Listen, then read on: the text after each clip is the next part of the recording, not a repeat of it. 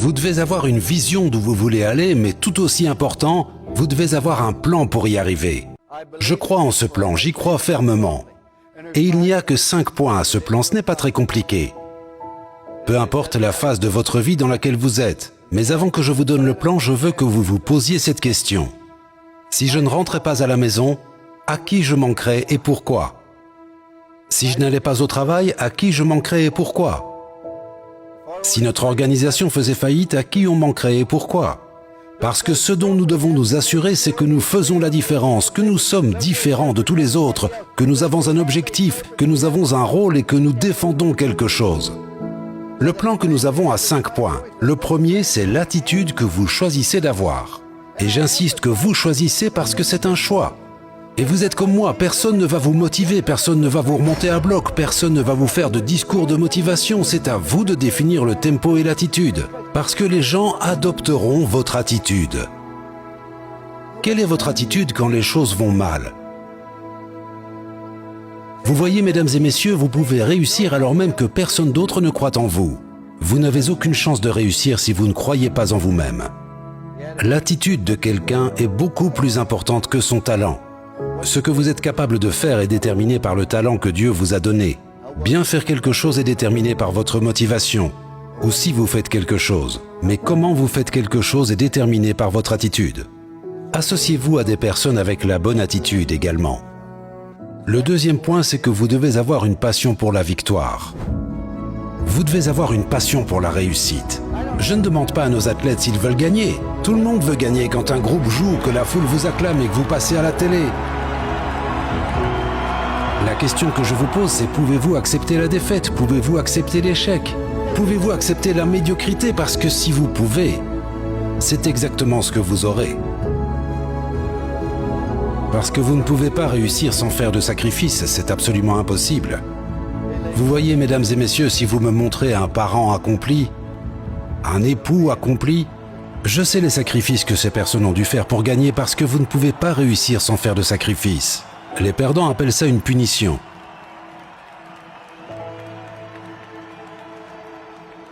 Donc première chose, vous allez faire des sacrifices. Deuxième chose, si vous avez une passion pour la victoire, vous allez vous débarrasser de toutes les excuses tant qu'il est encore temps.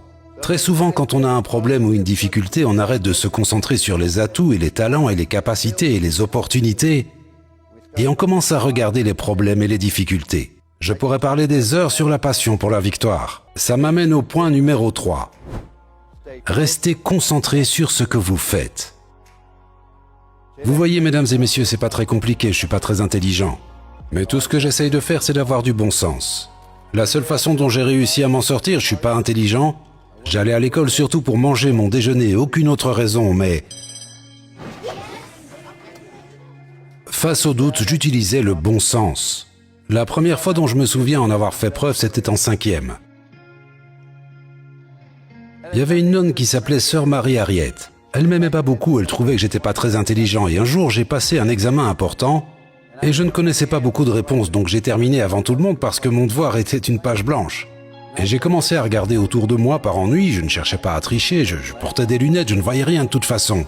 Elle a crié devant toute la classe, elle a dit « Lou Rawls ne pense même pas à tricher ». Elle a dit « Si je soupçonne que tu as triché, je réduirai ta note de 10%. » J'ai sorti le manuel et j'ai dit « 90%, ça me convient très bien. »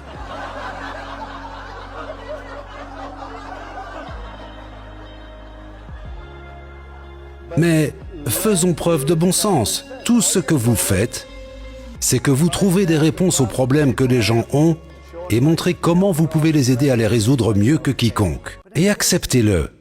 Mais ne perdez jamais de vue ce que vous essayez de faire. Point numéro 4. Soyez un rêveur. Ayez une vision, les choses se réalisent quand vous avez un rêve. Martin Luther King a fait l'un des 10 meilleurs discours dans l'histoire de l'humanité, lors duquel il s'est tenu debout devant des centaines de milliers de personnes. Il a fait son célèbre discours « J'ai un rêve ».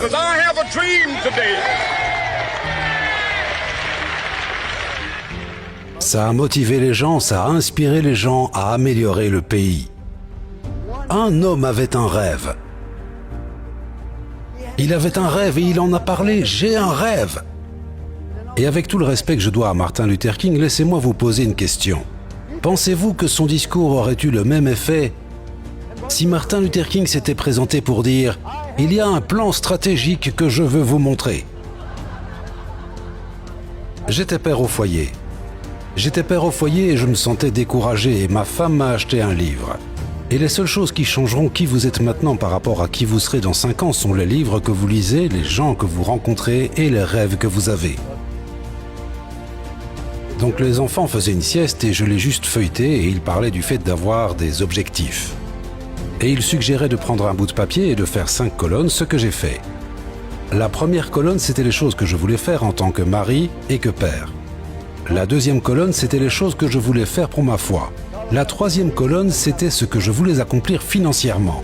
La quatrième colonne, c'était ce que je voulais accomplir professionnellement. Je voulais devenir coach, gagner le championnat national, etc. La cinquième colonne, ce que je voulais faire par plaisir. Qu'est-ce que j'ai envie de faire? La première chose que j'ai écrite, c'était « Je veux sauter d'un avion ». Et je veux aller dans un sous-marin. Je voulais être dans le Tonight Show avec Johnny Carson.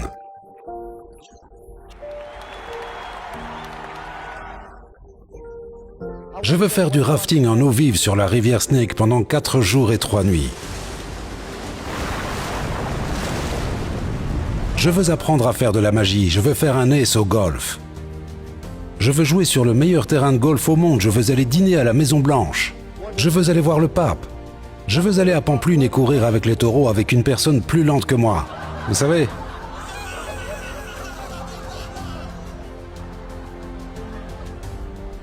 J'ai fait tout ce que j'ai mentionné, sauf courir avec les taureaux, mais mon fils a couru avec eux l'année dernière. Je sais ce que ça fait de sauter d'un avion à 3000 mètres d'altitude, faire une chute libre de 1500 mètres en 45 secondes, ouvrir le parachute et faire les 1500 mètres restants en 7 minutes 30. Je me souviens de l'effet que ça fait. Je me souviens quand ils ont ouvert cette porte à 3000 mètres de haut, le vent se déchaîne, le moteur gronde. Je repense aux 3 personnes qui m'ont poussé de l'avion.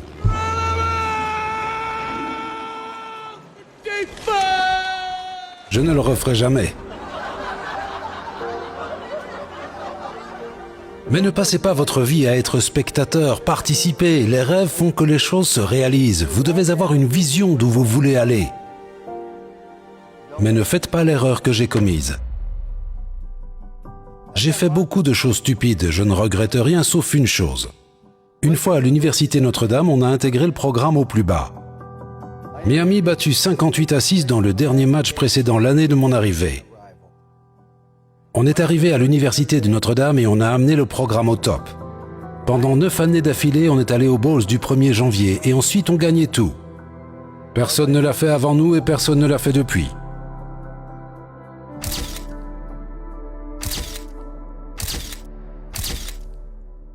On l'a amené au top et on l'a gardé au top. On l'a maintenu. Et c'est la chose que je regrette réellement dans ma vie, c'est qu'on l'ait maintenu au top.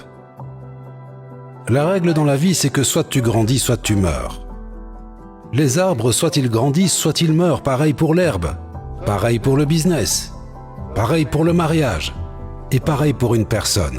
Vous arrivez jusque-là et vous vous dites, c'est plutôt bien, ne prenons pas de risques. Ne tentons pas notre chance, sacrifions-la, ne créons pas de problème. Ne créons plus de déception, n'ayons plus de chagrin. Restons à ce niveau. Et chaque fois que vous essayez de maintenir quelque chose, mesdames et messieurs, vous mourrez. Vous n'êtes plus le chasseur, vous devenez la proie. Ce qu'on aurait dû faire, c'est définir des buts et des standards que personne ne croyait possibles. Mais chaque fois que vous essayez de maintenir, vous n'avez aucune raison de célébrer, vous n'avez aucune raison de vous enthousiasmer. Et quand vous essayez de maintenir, vous n'aspirez jamais à rien. Et c'est absolument désastreux, c'est pourquoi les rêves sont si importants. Mais je vais passer au point numéro 5. Comment crée-t-on un environnement où tout le monde se tire vers le haut et non vers le bas? Vous voulez créer un environnement où les gens sont confiants et se tirent vers le haut. Avant, j'avais très peu confiance en moi et je ne dis pas ça avec fierté. Mais peut-être que ce sera bénéfique pour vous. Avant, j'étais extrêmement jaloux de ma femme. En 45 années de mariage, pas une fois. Elle ne m'a donné une raison d'être jaloux, pas une seule fois. Le problème n'était pas chez elle, il était chez moi. Si on allait à un cocktail et qu'elle parlait à un autre homme, Il était toujours plus beau, plus musclé, plus intelligent et je me disais pourquoi ne voudrait-elle pas plutôt être avec lui qu'avec moi? Et à cause de mon manque de confiance en moi, je critiquais ma femme en essayant de tirer sa confiance en elle vers le bas. Pour qu'elle atteigne un point où elle penserait qu'elle avait de la chance de m'avoir. C'est ce que les gens qui manquent de confiance en eux font. C'est pour ça que les gens sont en difficulté, c'est pour ça que les gens passent d'un mode à l'autre, ils n'ont pas vraiment de stratégie pour aborder les gens. La façon de traiter les gens, de tirer le meilleur parti des gens. Et à chaque fois que vous n'en tirez pas le meilleur parti, c'est parce que tout le monde se tire vers le bas. Comment changer ça? 3 règles. J'ai seulement 3 règles. Pour mes enfants, 3 règles pour moi-même, 3 règles pour notre équipe de football. 3 règles et elles sont simples. Règle numéro 1, ce que j'appelle « faites ce qui est juste ». Je peux vous dire ce qui est juste d'après moi. Je pense qu'il est juste d'être honnête, juste d'être à l'heure, juste d'être loyal. Je pense qu'il est mal de faire preuve de racisme, de sexisme, de violence conjugale. Je pense qu'il est mal de se sentir coupable. Il n'y a aucun individu dans cette pièce, moi y compris, qui n'a pas fait quelque chose de stupide qu'il aurait préféré ne pas faire, mais vous ne pouvez pas passer votre vie à vous dire que vous avez commis une grave erreur. Tout ce que vous pouvez faire, c'est vous excuser, réparer votre tort et aller de l'avant. Ne vous attardez pas sur les erreurs. Le bonheur n'est rien d'autre que le fait d'avoir une mauvaise mémoire. Si vous ne vous souvenez pas de ce qui s'est passé hier, vous vous sentez bien aujourd'hui. Et aussi, je pense qu'il est mauvais d'être rancunier. On a tous subi des injustices. Vous ne pouvez pas vivre votre vie avec de la rancune pour un événement passé. Vous savez, parce que quand vous avez de la rancune, vous êtes négatif. Faites ce qui est juste. Deuxième règle, faites tout ce que vous faites en donnant le meilleur de vous-même. J'avais un critère, une règle. Je voulais que vous donniez le meilleur de vous-même dans une classe ou sur un terrain de football, point final. Je veux juste que vous donniez le meilleur de vous-même. Quelle est la différence entre les athlètes d'aujourd'hui et quand j'ai commencé à coacher? La même différence que je vois dans la société. Aujourd'hui, tout le monde veut parler de ses droits et de ses privilèges. Quand j'ai commencé à coacher, les gens parlaient de leurs obligations et de leurs responsabilités. Je fais partie de l'ancienne école qui croit que quand tu te maries, tu mets un enfant au monde, tu vas travailler pour quelqu'un, tu intègres une organisation, tu as des obligations et des responsabilités. Règle numéro 3. J'attends que vous montriez aux gens qu'ils comptent. Soyez sincères avec eux et montrez-leur qu'ils sont importants. Vous êtes plus intelligent que moi. Vous trouvez 1 million de façons différentes de montrer aux gens qu'ils sont importants pour vous et ça n'a pas besoin de vous coûter cher. Pourquoi ces 3 règles sont-elles importantes? Si vous faites ce qui est juste, les gens peuvent vous faire confiance. Si vous faites de votre mieux, ils savent que vous visez l'excellence. Et si vous montrez aux gens qu'ils comptent pour vous, c'est tout ce qu'ils demandent. Pas très compliqué, mais ceci était notre plan, mesdames et messieurs, c'est 5 choses. À chaque fois que j'ai suivi ce plan, on a réussi brillamment. Il est arrivé que je dévie du plan et quand je l'ai fait, ça nous a coûté cher.